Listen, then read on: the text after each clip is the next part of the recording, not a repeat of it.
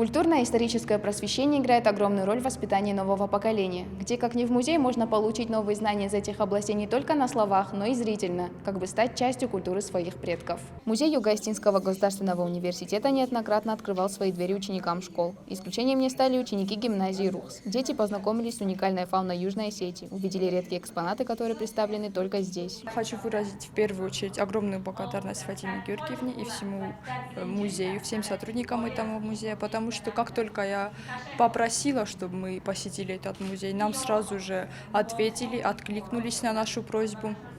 Мы пришли, нас с огромной теплотой приняли, все очень подробно, очень интересно рассказали, дети в восторге. Также ученики почерпнули новые знания из истории, культуры и быта наших предков. В этом им помогли экскурсоводы, которые подробно рассказали им об исторических фактах. Когда мы вошли в другой зал, мальчики, хочу выделить, особенно увлеклись оружием, с интересом большим рассмотрели все экспонаты. Девочки больше рассматривали платья остинские, национальные. Мне кажется, это необходимо, особенно сейчас подрастающему поколению, потому что они обязаны знать свою историю. Экскурсия произвела большое впечатление на подрастающее поколение и подарила много новых знаний. Они увидели реальные предметы, которые нельзя встретить в повседневной жизни.